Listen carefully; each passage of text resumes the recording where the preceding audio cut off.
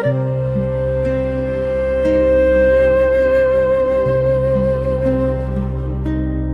জনপ্রিয় content creator, হাসি খুশি প্রাণবন্ত, হঠাৎ লিভার জটিলতায় মৃত্যু। কিন্তু প্রশ্ন হলো, কারিনা কাইসার কি সত্যি শুধু হেপাটাইটিস মেরেছে, নাকি এর পেছনে লুকিয়ে আছে বাংলাদেশের ভয়ঙ্কর এক নীরব মহামারী? আর যদি বলি এই বিপদের শেকড় হয়তো শত বছরের দুর্ভিক্ষের ইতিহাসের সাথেও জড়িত। শুনতে অবাক লাগলেও বিজ্ঞানীরা ঠিক এমন ইঙ্গিত দিচ্ছেন। না ফেরার দেশে চলে গেলেন কন্টেন্ট ক্রিয়েটর ও অভিনেত্রী কারিনা কাইসার। ইন্না লিল্লাহি ওয়া ইন্না ইলাইহি রাজিউন। উন্নত চিকিৎসার জন্য ভারতের চেন্নাইয়ে নেওয়ার পর চিকিৎসাধীন অবস্থায় তিনি মারা যান। তার বাবা জাতীয় ফুটবল দলের সাবেক খেলোয়াড় কাইসার হামিদ বিষয়টি নিশ্চিত করেন। কয়েকদিন ধরেই লিভার সংক্রান্ত জটিলতায় সংকটাপন্ন ছিলেন কারিনা। কিন্তু এখানেই শুরু হয়েছে বড় প্রশ্ন, শুধু হেপাটাইটিসই কি এমন হয়? খবরে বলা হয়েছে তিনি হেপাটাইটিসে আক্রান্ত ছিলেন। হেপাটাইটিস মানে লিভারের প্রদাহ। এটি দূষিত পানি, অপরিষ্কার খাবার কিংবা ভাইরাসের মাধ্যমে ছড়াতে পারে। এখন প্রশ্ন হলো, বাংলাদেশে কি আমরা সত্যিই নিরাপদ খাবার খাচ্ছি? গবেষকরা বলছেন ঢাকা সহ দেশের অনেক স্ট্রিট ফুডে পাওয়া গেছে ইকোলাই ও ফিকাল ব্যাকটেরিয়া, অর্থাৎ মলমূত্রজনিত জীবাণু। যদি কেউ নিয়মিত এসব খাবার খায় তাহলে হেপাটাইটিস বা গুরুতর সংক্রমণের ঝুঁকি বাড়তেই পারে। কারিনা কাইসারও স্ট্রিট ফুড পছন্দ করতেন বলে বিভিন্ন সূত্র জানায়। কিন্তু এখানেই আসে আরও বড় প্রশ্ন।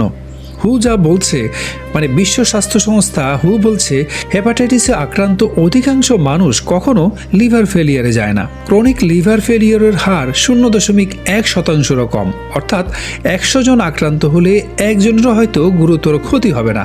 তাহলে কারিনার লিভার এত দ্রুত ভেঙে পড়লো কেন?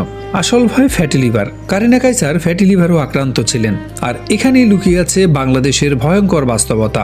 অনেকে মনে করেন ফ্যাটি লিভার শুধু মোটা মানুষের রোগ, কিন্তু গবেষণা বলছে বাংলাদেশে প্রতি 100 জনের মধ্যে প্রায় 34 জন ফ্যাটি লিভারে আক্রান্ত, এবং দক্ষিণ এশিয়ায় এই হার সবচেয়ে বেশি।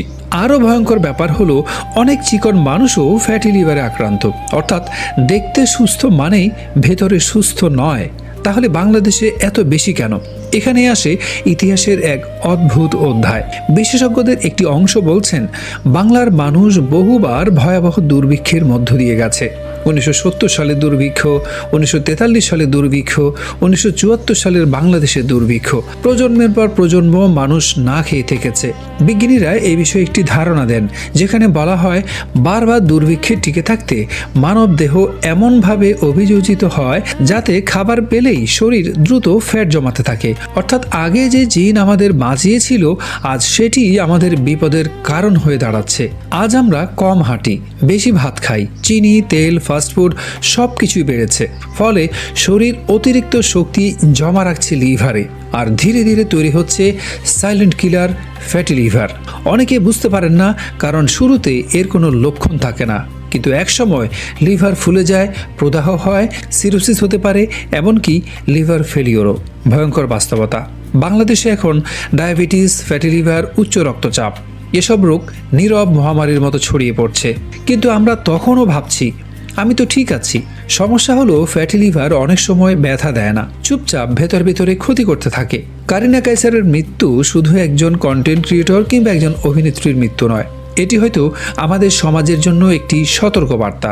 আমরা কি খাচ্ছি, কতটুকু হাঁটছি, কিংবা আমাদের লিভার কি ঠিক আছে? এই প্রশ্নগুলো এখন আর এড়িয়ে যাওয়ার সুযোগ নেই। কারিনা কাইসারের জন্য দোয়া করুন, আর নিজের জন্য সচেতন হন, কারণ নীরব এই রোগ অনেক সময় বুঝতে দেয় না কখন বিপদ দরজায় করা নাড়ছে। আপনার কি কখনো ফ্যাটি লিভার পরীক্ষা করা হয়েছে? কমেন্টে জানান। ভিডিওটি গুরুত্বপূর্ণ মনে হলে শেয়ার করতে পারেন। হয়তো আপনার একটি শেয়ার কারো জীবন বাঁচাতে পারে।